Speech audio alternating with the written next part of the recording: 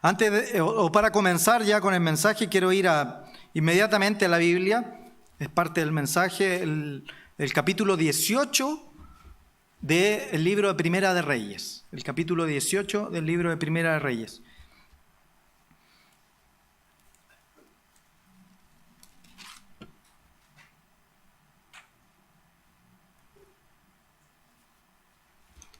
Y en el versículo 21 hay una frase que el profeta Elías le dice a todo el pueblo. Y como sabemos que el apóstol Pablo escribió más adelante, que las cosas que están escritas en el Antiguo Testamento son para enseñanza nuestra, lo escribió para él en su tiempo y también entendemos que para nosotros. Notemos lo que dice aquí el versículo 21 del capítulo 18, dice: acercándose Elías a todo el pueblo dijo: ¿hasta cuándo claudicaréis? ¿Hasta cuándo te rendiréis? ¿Hasta cuándo no resistes? ¿Hasta cuándo claudicaréis vosotros entre dos pensamientos? Estar entre dos aguas. Entrar entre dos, yo me imagino siempre esto como un hombre tratando de subir dos escaleras de tijera al mismo tiempo. Un pie en una escalera, mientras se está abajo en la base se puede. A medida que uno va subiendo, que quiere crecer en cualquiera de las dos, no se puede. Uno tiene que escoger una. Y dice: ¿hasta cuándo claudicaréis vosotros entre dos pensamientos? Si es por el Eterno, seguidle. Y si es por Baal, id en pos de él. Y el pueblo no respondió palabra.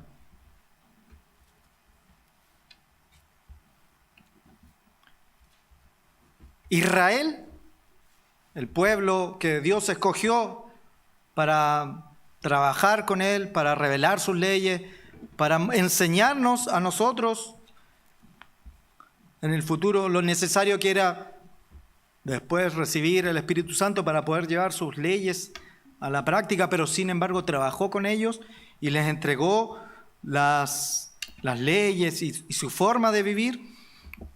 Israel constantemente caía en la idolatría, olvidando a Dios y adoptando prácticas paganas.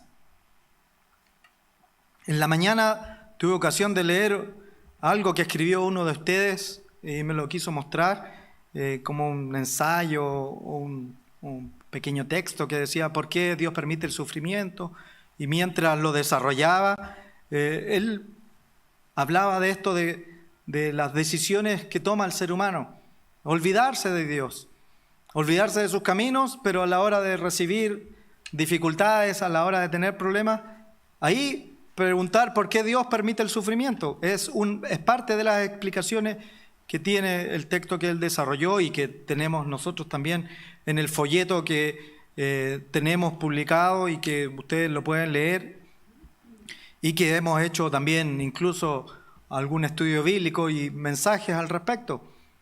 ¿Por qué Dios permite el sufrimiento? Es parte porque el ser humano, el hombre, ha ido olvidando constantemente a Dios y sus mandamientos, sus instrucciones. Comenzó en el huerto del Edén. Comenzó cuando Dios dio un camino para obtener la vida eterna, y el hombre quiso escoger el camino rápido, el camino fácil para obtener la vida eterna. Si eso es lo que estaba ofreciendo igualmente Satanás a través de la mentira. ¿Pero cómo? A su manera, buscando otra manera de hacerlo. Y esto es un problema, un proceso, un ciclo que se fue repitiendo en Israel una y otra vez. El pueblo se olvidaba de Dios, se olvidaba de sus caminos, caían en problemas, se acordaban de Dios, suplicaban a Dios, aparecía un caudillo que los levantaba, los volvía a hacer encaminarse en Dios, olvidar a los Baales, y cuando el pueblo se sentía tranquilo, iba olvidando a Dios nuevamente y se iba repitiendo una y otra vez. Y eso se puede ver muy claramente en el libro de Jueces. El libro de Jueces tiene ese ciclo una y otra vez con cada uno de los jueces que aparecen ahí descritos. Y vamos a ir, por ejemplo, al capítulo 2 de Jueces. Y para hacer un poquito de historia, el libro de Jueces es la continuación del libro de Josué. No, ni un misterio lo que estoy diciendo, está escrito en todas nuestras Biblias, ¿cierto? Está Moisés, Josué y luego los jueces.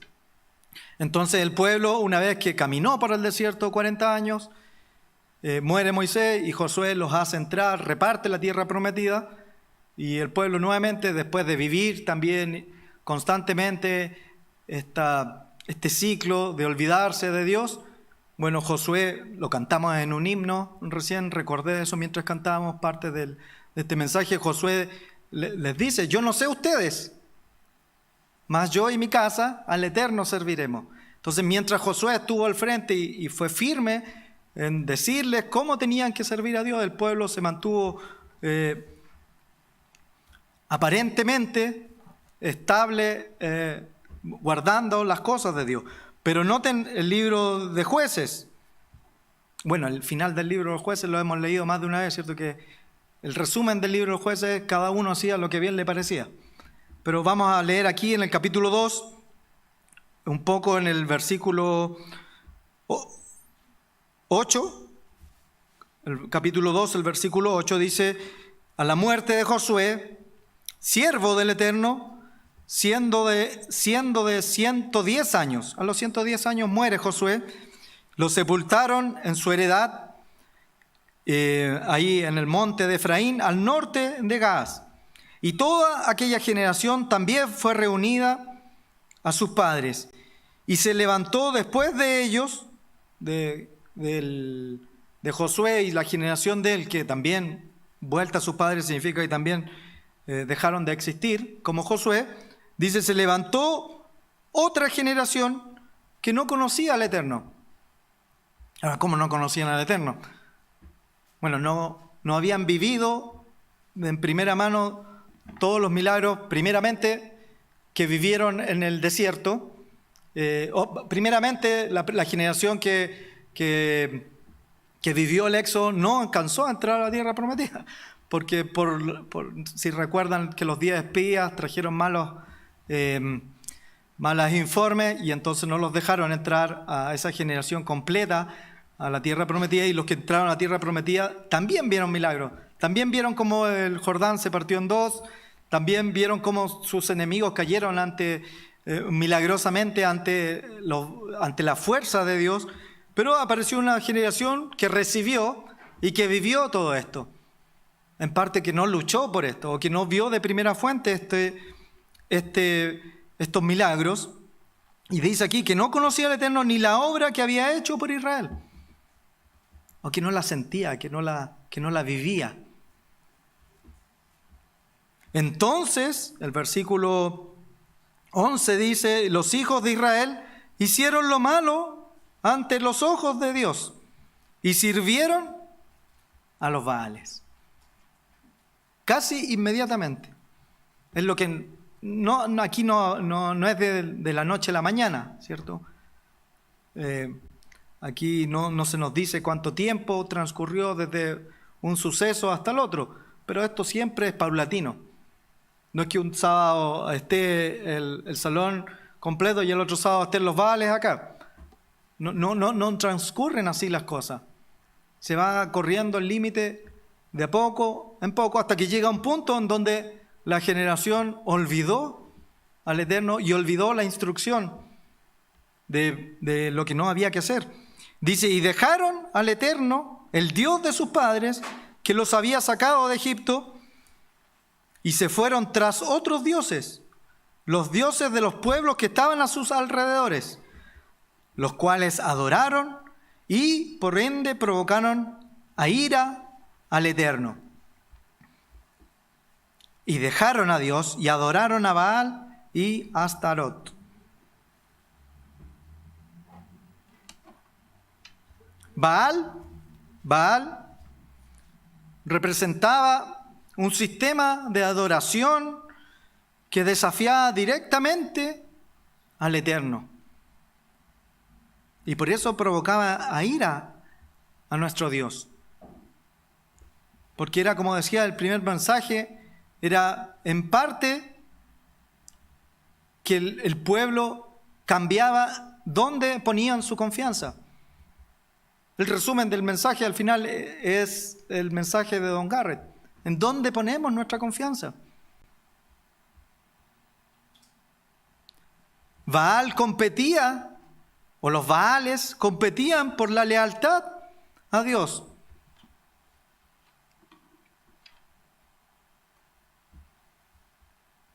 Y el ejemplo de eso está hoy en día, y al igual que en el pasado, llevado al presente,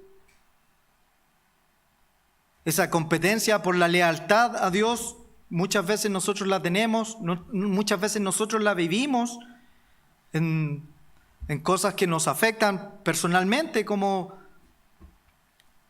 el egocentrismo, el éxito académico, el éxito laboral, la popularidad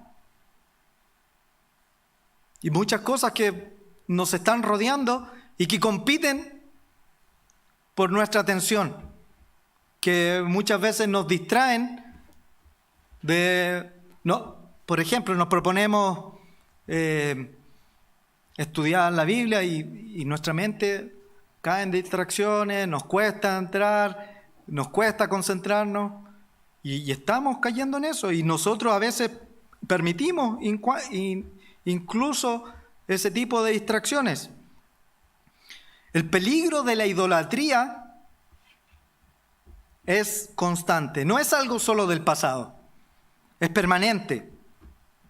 Y decía un orador antiguamente, y uno de los mayores peligros es ignorar que existe el peligro. Cuando uno se olvida de que hay peligro, de hecho en la prevención de riesgo, los que han estudiado prevención de riesgo saben que el peligro más grande es ignorar que hay peligro. Pensar que esto es algo solo del pasado. Porque la idolatría no es solo rechazar a Dios, como decía anteriormente, es buscar nuestra satisfacción personal muchas veces. Ya lo decía el escritor del libro de Hebreos, refiriéndose a Moisés.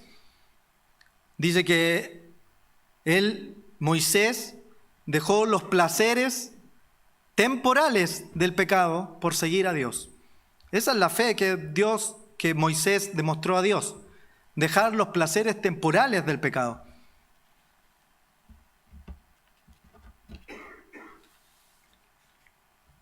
En Jeremías, el capítulo 2, también habla al respecto, porque este tema de Baal no es un tema exclusivo del libro de los jueces, es un tema recurrente en la Biblia. Vamos a Jeremías, en el capítulo 2.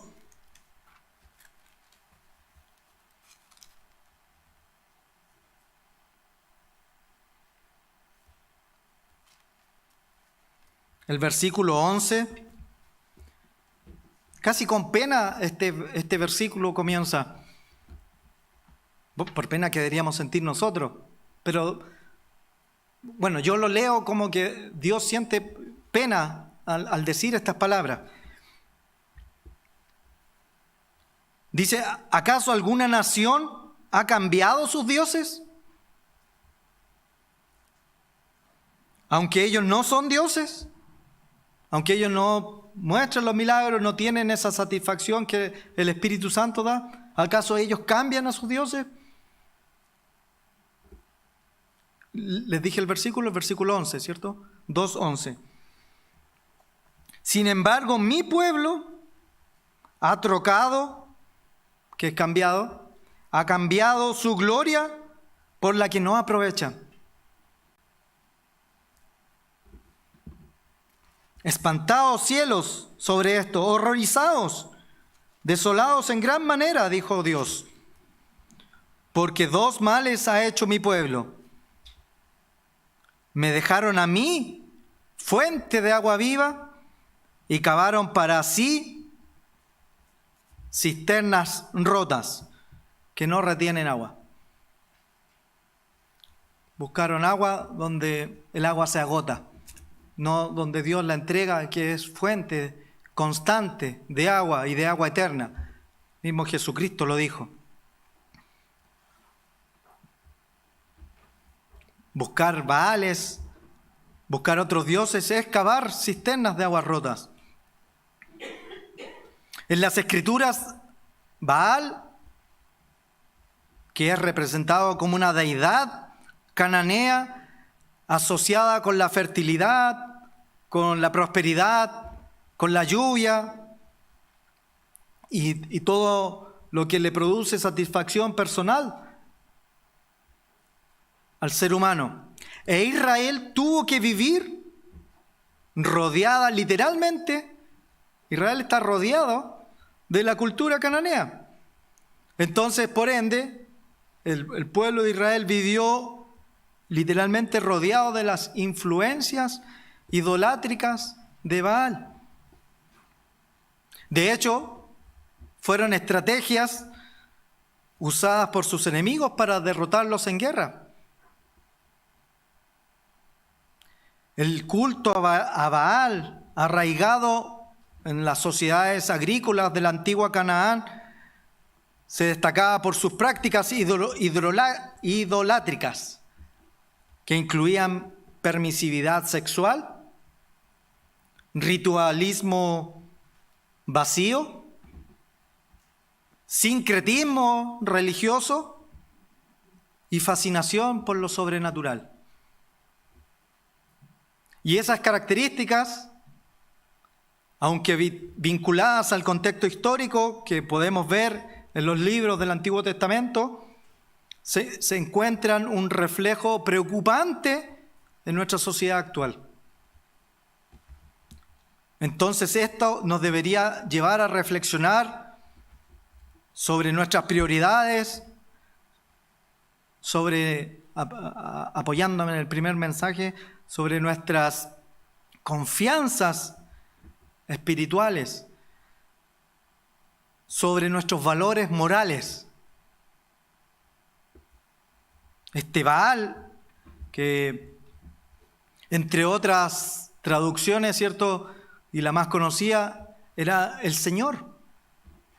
Entonces muchas veces prestaba para confusión. No, yo adoro al Señor, ¿cierto? Hoy en día podemos escuchar, no, si esa iglesia igualmente adora al Señor. También significaba amo. Y originalmente se usaba en contextos para referirse a un esposo o a un propietario. Y entonces eso ha llevado a un sincretismo. Vamos a hablar más al respecto, pero quiero pasar al libro de Oseas para que noten esta frase como Dios también la utilizó para mostrarnos la preocupación que Él tenía con respecto a esto.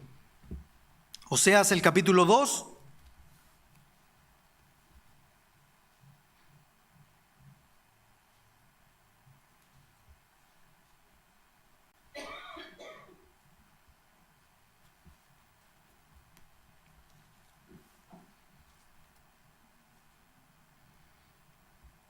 Voy a leer el versículo 16. Sin embargo, quiero llevar al contexto del versículo y decirles que aquí al profeta se le había pedido reencontrarse o Dios le está dando una profecía del futuro acerca de cómo tendría que ser la relación con Dios, porque al final la relación entre el profeta y su mujer es la relación entre Dios y su pueblo que se ve reflejada aquí. Y entonces, en base a eso, el versículo 16, hablando del futuro o hablando de lo que deberíamos hacer, dice: en aquel tiempo, o lo cual ustedes deben esforzarse por hacer, dice Dios, me llamarás Ishi. Y no sé si sus Biblias tienen, como la mía, ¿cierto?, la traducción que significa esto es mi marido. En aquel tiempo me llamaréis mi marido. Y nunca más me llamarás Baali, que es una una deformación de la palabra Baal que significa mi Señor.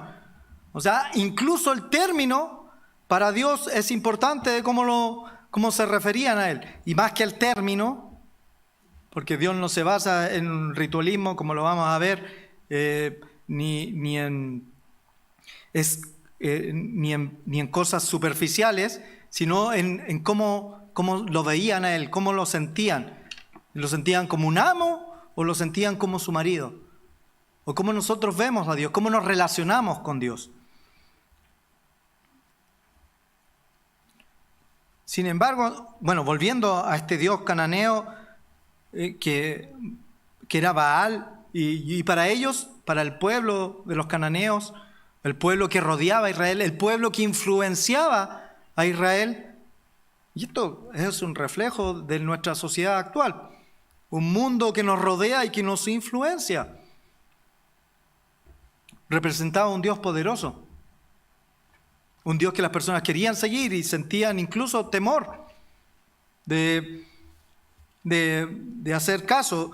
Era visto este Baal como un intermediario en cuestiones climáticas y agrícolas para tener mayor prosperidad económica.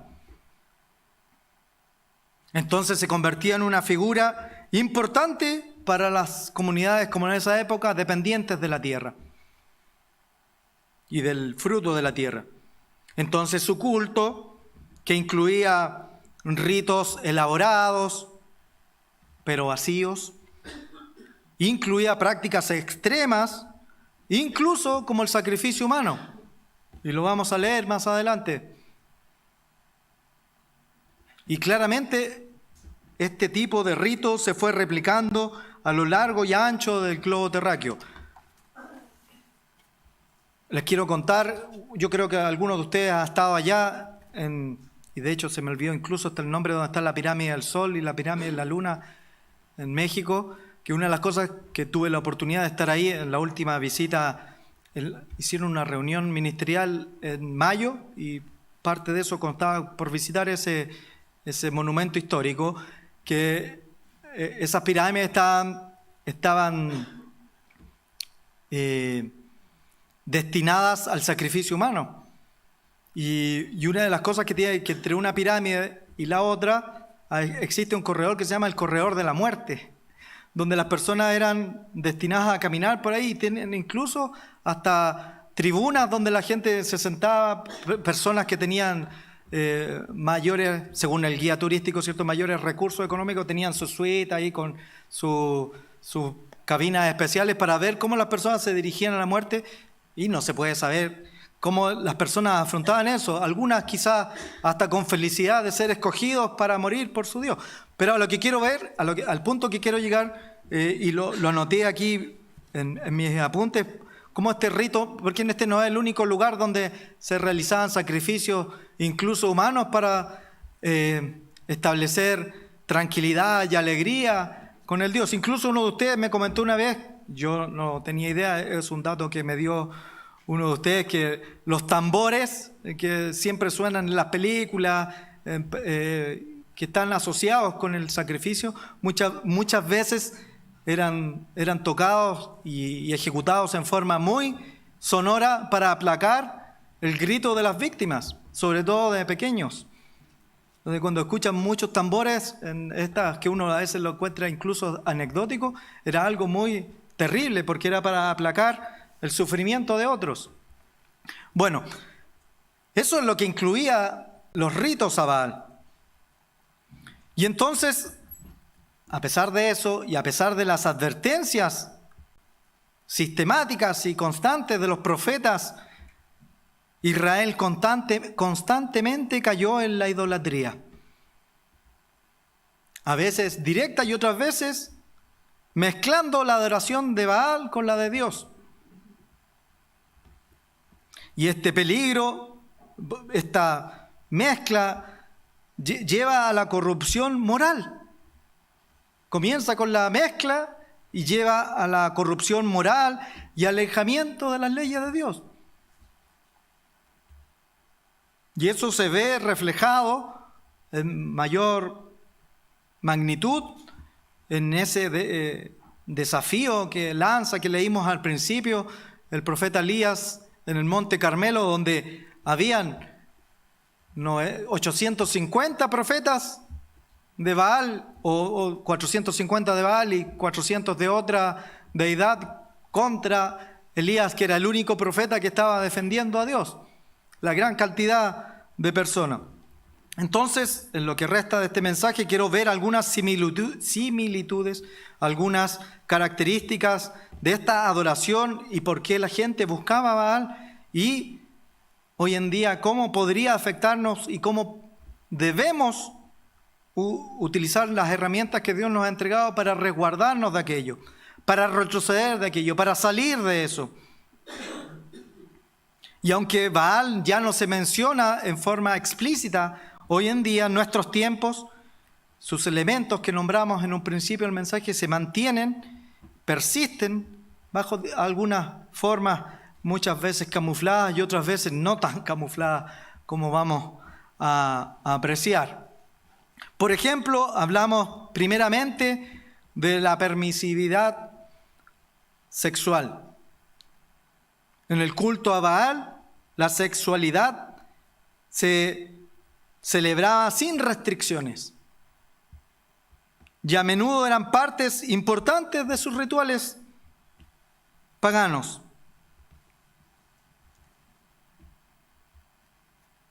Y en nuestra sociedad esta permisividad nos ha llevado a la creciente, como sociedad, desconexión, primeramente con nuestro Dios, y que instaura las leyes que Él nos dejó, un mandamiento explícito que Él nos dejó. Sin embargo, también nos lleva a una desconexión de qué es la verdadera sexualidad y su importancia, qué es el verdadero matrimonio y su importancia dentro de la sociedad, y principios morales que tenemos. Y se van perdiendo y se van diluyendo a medida que le vamos restando importancia a lo que Dios nos dejó explícitamente escrito. Vayamos a una escritura, a Números.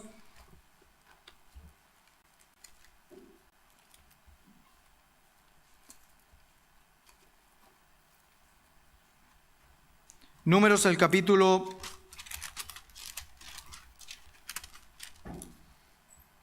22.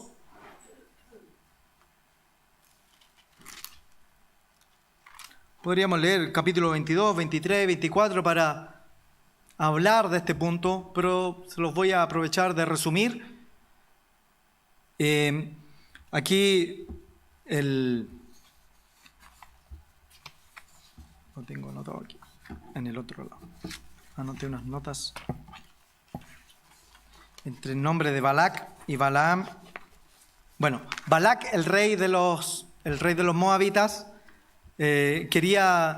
estaba asustado porque Israel venía conquistando muchos reyes paganos, y entonces le pidió a Balaam maldecir a Israel, y Balaam no lo pudo hacer porque él vivía en una suerte de sincretismo, porque tenía temor de Dios, pero igualmente también tenía algún amor a los premios, a las recompensas que le ofrecía este rey, que no eran pocas. Y fue cayendo de a poco. Primero se negó completamente y después fue aceptando parte y parte hasta que terminó aconsejando al rey cómo destruir a Israel. Porque él no lo pudo maldecir, Dios no se lo permitió. Porque Dios cuida de su pueblo. Pero el pueblo se automaldijo, porque si leen Deuteronomio, el no obedecer las leyes de Dios la consecuencia de eso de la desobediencia es la maldición, dice la Biblia. Y efectivamente esto ocurrió, para ir al punto, en el capítulo 25.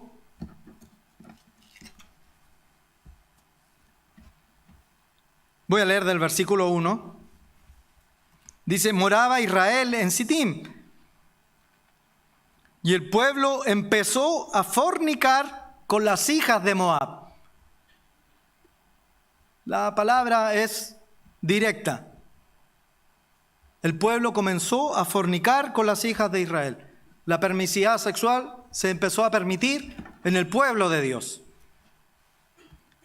las cuales las mujeres, ¿cierto?, invitaban al pueblo a los sacrificios de sus dioses. El pueblo comió, se inclinó a sus dioses y se inclinó a sus dioses.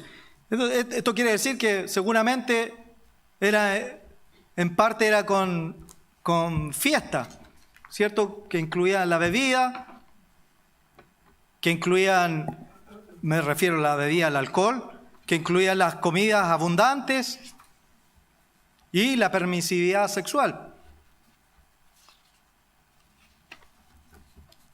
Vamos a continuar el relato acá. Dice, y el Eterno le dijo a Moisés, toma a los príncipes del pueblo y ahórcalos delante de Dios, ante Dios delante del sol, y el ardor de la ira de Dios se apartará de Israel, porque Dios se había enojado con Israel.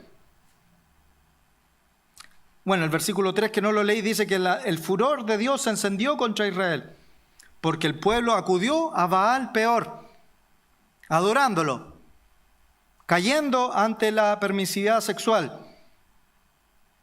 Y entonces Moisés le dijo a los jueces que mataran a aquellos de vuestros que se han juntado con Baal Peor.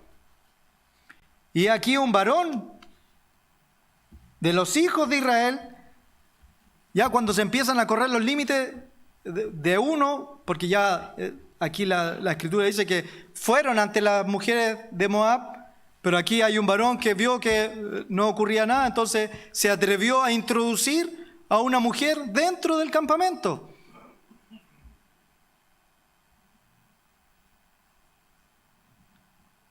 Y aquí un varón, el versículo 6, de los hijos de Israel vino y trajo una madianita a sus hermanos, a los ojos de Moisés y de toda la congregación. Ya no había vergüenza.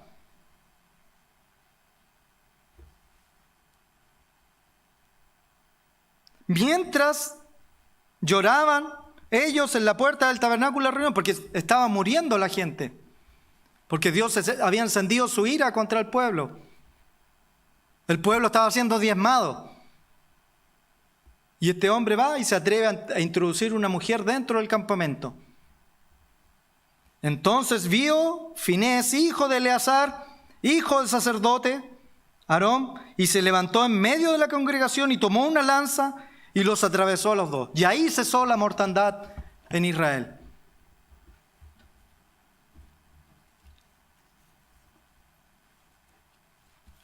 Entonces, en el tiempo actual, nosotros, como caminantes de este camino que Dios nos ha invitado,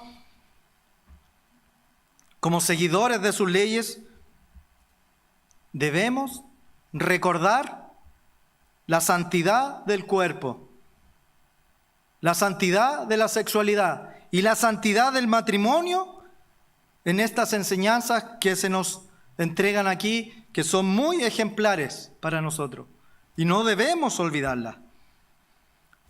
Dios y la Biblia nos llaman a vivir en pureza y en santidad, como testimonio al evangelio que Dios nos invitó a predicar.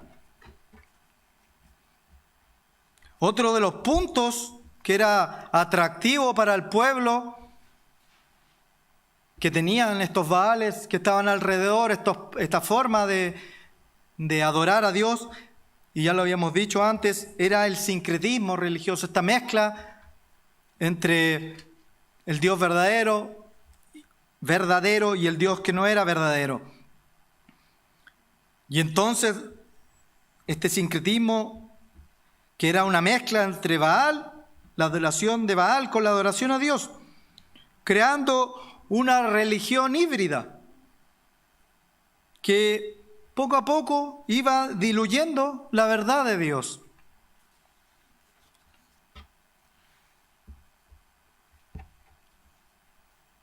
Vayamos a un ejemplo acá en Jeremías nuevamente. Jeremías, el capítulo 7.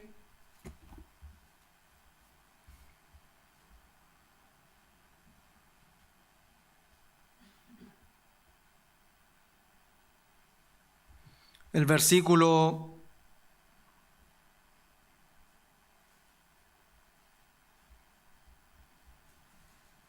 8, dice: he aquí vosotros confiáis. Jeremías 7 y versículo 8. Dios hablándole al pueblo de Dios. He aquí vosotros confiáis en palabras de mentira que no aprovechan. Lo mismo que había dicho en el capítulo 2. Esta es la repetición de este texto que Dios le está entregando al pueblo de Israel a través de Jeremías. Cisternas rotas, hurtando, matando, adulterando, jurando en falso, incensando a Baal, prendiéndole velas a Baal, y andando tras dioses extraños que no conocéis. Y pregunta en el versículo 10: y vendréis y os pondréis delante de mí en esta casa sobre la cual es invocado mi nombre, y diréis: librados somos, para seguir haciendo todas estas abominaciones.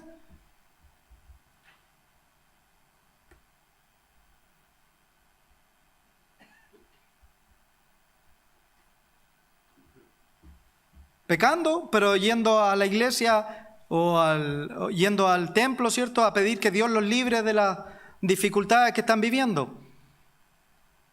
Mezclando la adoración en el pasado, ¿cierto?, a Baal, y en el presente el tipo de pecados que nos rodean en el mundo. Y el versículo 11 es fuerte, dice: es cueva de ladrones delante de vuestros ojos esta casa sobre la cual es invocado mi nombre. Es una pregunta que le está haciendo. He aquí, yo también lo veo, dice Dios. Yo también lo veo.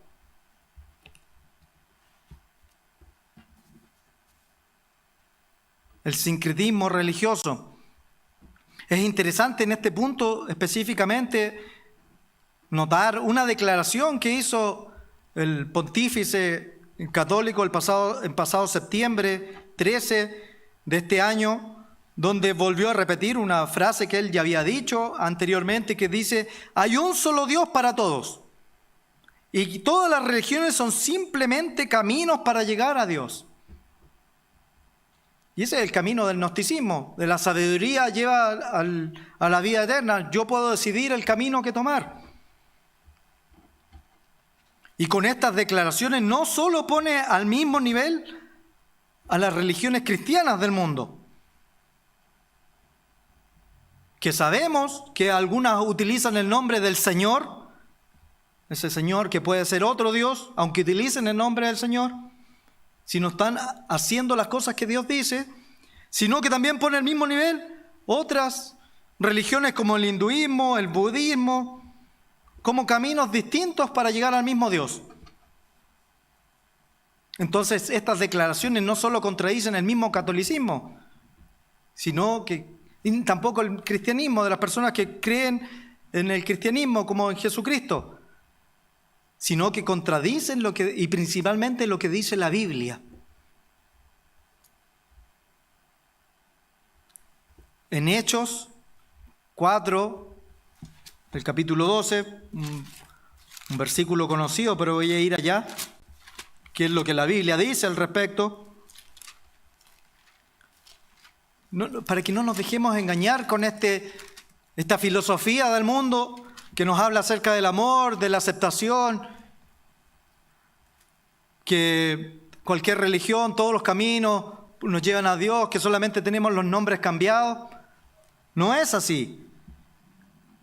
Dice el versículo 12: en ningún otro hay salvación, porque no hay otro nombre bajo el cielo dado a los hombres en que podamos ser salvos. Solamente en Cristo Jesús.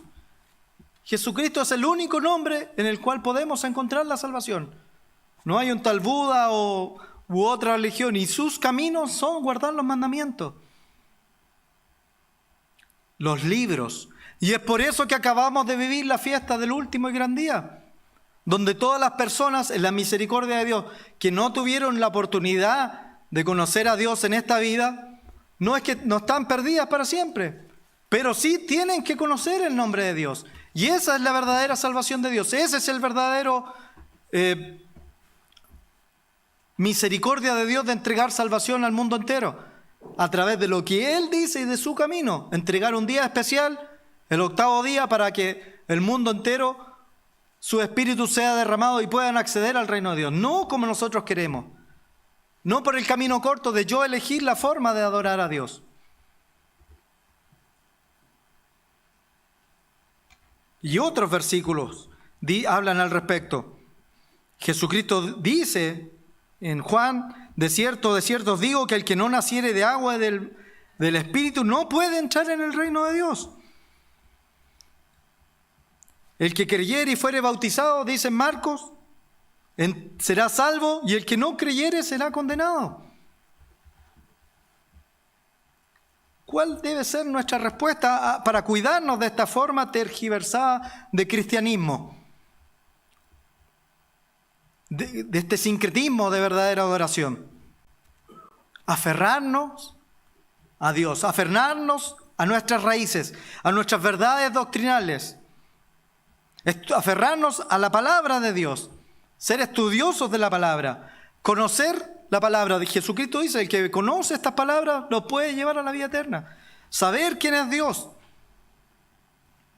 Jesucristo dijo: yo soy el camino y la verdad, y sin mí nadie puede ir al Padre.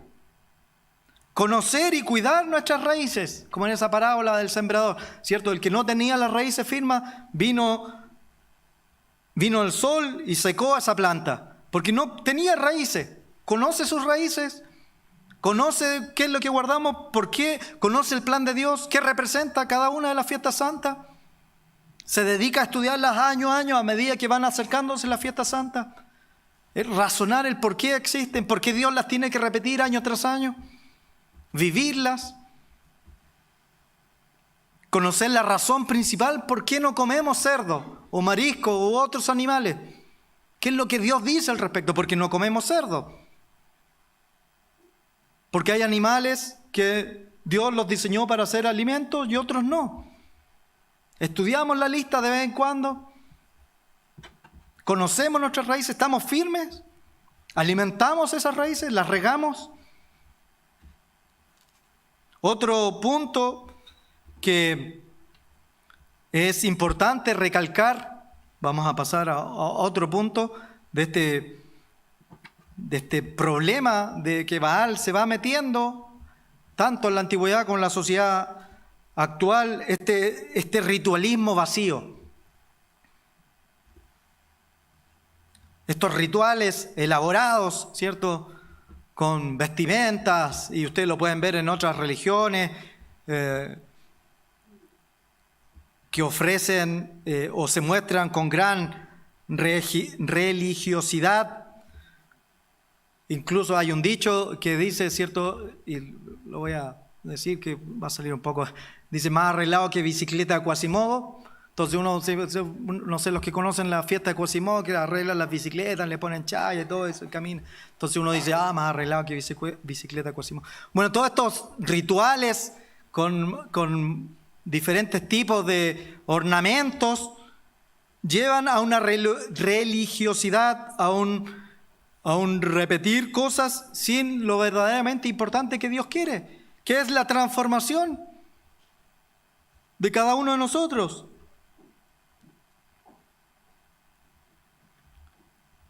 Entonces, igualmente, muchas de las prácticas que incluso podríamos estar haciendo, prácticas modernas de esta religión o de otras, que son las que Dios no quiere ver, que carecen de un compromiso genuino con Dios. Cantar genuinamente a Dios, presentarse ante Dios genuinamente. Y podemos volver incluso a aquí quedé en Jeremías 7, o pasamos a Hechos, pero yo dejé la Biblia acá en Jeremías 7, porque hay otro versículo que habla al respecto de esto, que Dios advirtiendo a Israel, al pueblo de Dios. Recuerde que cuando Dios le hablaba a Israel, le hablaba al pueblo escogido de Dios. Noten el versículo 3. Así Jeremías 7, el versículo 3. Así ha dicho el Eterno de los ejércitos, Dios de Israel, mejorad, hacer un cambio, cambiar. Mejorad vuestros caminos, mejorad vuestras obras, y os haré morar en este lugar. No os fiéis en la palabra de mentira. Y aquí utiliza, ¿cierto?, una frase que es una repetición que usaban en ese tiempo. Templo de Dios, templo de Dios, templo de Dios. El pueblo creía que por repetir una palabra, por estar en Jerusalén, no, Jerusalén es la ciudad de Dios, es inexorable. Nadie nos puede atacar porque estamos en la ciudad que Dios creó. No, este es el templo, no. Si nos metemos adentro del templo, nada nos va a pasar porque Dios creó el templo. Es el templo de Dios. Bueno, aunque estén dentro del templo, aunque estén en Jerusalén, la ciudad de Dios, Dios les advierte, no se fíen en esas palabras de mentira. De hecho, la última revista, no sé si es la última, en la página 12, habla respecto de estas repeticiones, la dejé ahí. En la página 12 habla acerca, incluso hay una, no, en la de la portada negra, es donde aparece la Biblia. En la página 12 habla de estas frases que la gente a veces utiliza como, dice, como un llamado, como las personas que declaran que les va a suceder algo. Así como, hoy día me va a ir bien, y invocan al universo, ¿cierto? Y que porque ellos lo declaran, les va a ir bien. Y al final ese es el punto. ¿En dónde ponen su confianza ustedes? ¿La ponen en Dios o la ponen en el templo? En el templo que habían construido, ¿cierto? O la ponen en una ciudad porque está muy bien amurallada o porque los muros son de hormigón. ¿En dónde está la confianza? ¿En la palabra que ustedes repiten una y otra vez? ¿O la confianza realmente está en Dios? Y eso es lo que Dios quiere ver. Entonces la forma de enfrentar a esto, de enfocarnos, es cultivar una relación auténtica con Dios. Real, sincera, de corazón, hablándole, contándole nuestras deficiencias, pidiéndole ayuda, reconociendo y comunicándole a Él cada una de nuestras debilidades y fallas, sinceramente, basados en la oración, poniendo nuestro esfuerzo en la obediencia, no en nuestros propios caminos, y utilizando sus herramientas que Él nos ha dado. Que el estudio de la Biblia principalmente y el ayuno como un método de poder conocer sus caminos y no los nuestros. Igual, otro de los puntos que tenía esta adoración a Baal, que el pueblo veía alrededor, que lo rodeaban, era la fascinación por las cosas que son extraordinarias ante los ojos humanos. Buscando cosas que agradan a los ojos, como esa satisfacción inmediata. En ese tiempo era la fascinación por lo sobrenatural. Y Baal era adorado mediante prácticas mágicas y consultas con médiums. Y claramente hoy en día, en la sociedad que vivimos alrededor, existe un interés en aumento por estos tipos de actividades que se reflejan en la popularidad de personas que acuden a brujería y otros temas sobrenaturales. Pero también hay temas religiosos que basan y centran su adoración en rituales como leímos anteriormente. Si al final todos estos temas están entremezclados. Basan y promueven sectas o formas de adoración basadas en la prosperidad, en decretar prosperidad para la gente. Basan y centran su verdadera oración en lo que los ojos ven, milagros, números, multitudes, fascinación, incluso en ámbitos no religiosos, por la cantidad de seguidores, la cantidad de respuestas que uno pueda tener en ciertas plataformas digitales. Fascinación por lo inmediato. El Internet genera esa dopamina que es una satisfacción inmediata y de la cual debemos hacernos cargos todos y cada uno de los que contamos con un aparato electrónico. ¿Cómo debemos actuar ante este creciente número de paganismo que nos rodea? Bueno, evitar estas prácticas que nos desvían de nuestra, como decía el primer mensaje, de nuestra confianza en Dios y recordar que Dios es quien nos da la salvación y que el resto de lo que podamos sentir, lo pueden investigar ustedes, esta satisfacción intermedia que se siente ante este número creciente de medios, de milagros, de prosperidad económica, que uno le puede dar con o sin religión, cierto trabajo, cierta fama que uno pueda obtener, cierto logro que uno pueda obtener de esta vida, es temporal. Recordar la fiesta que pasamos recién, la enseñanza que tiene que lo que vivimos en este mundo es temporal. Yo sé que lo sabemos, pero es bueno recordarlo y por eso Dios hace que las fiestas se repitan año tras año, para que lo estudiemos, lo leamos, lo conversemos entre nosotros. Y eso nos va a ayudar.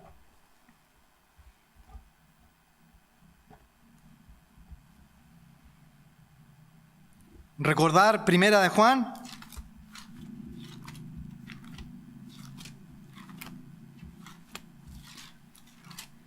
Vamos al libro de Primera de Juan, ya terminando.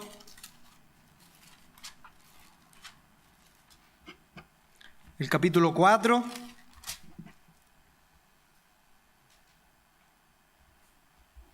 Recordar que las palabras de Jesucristo, reflejadas y escritas acá por Pedro, o sea, por Juan, que dice el versículo 4 del capítulo 4, hijitos, dice él, yo puedo decir hermanos, vosotros sois de Dios y los habéis vencido, porque mayor es el que está en vosotros que el que está en el mundo. Jesucristo venció al mundo y Él nos va a ayudar y Él se compromete a estar con nosotros para ayudarnos a vencer. Recordar eso. Entonces esta advertencia y este llamado a mirar, a observar este creciente fascinación por Baal y sus prácticas engañosas que nos rodean, que nos inundan y que nos están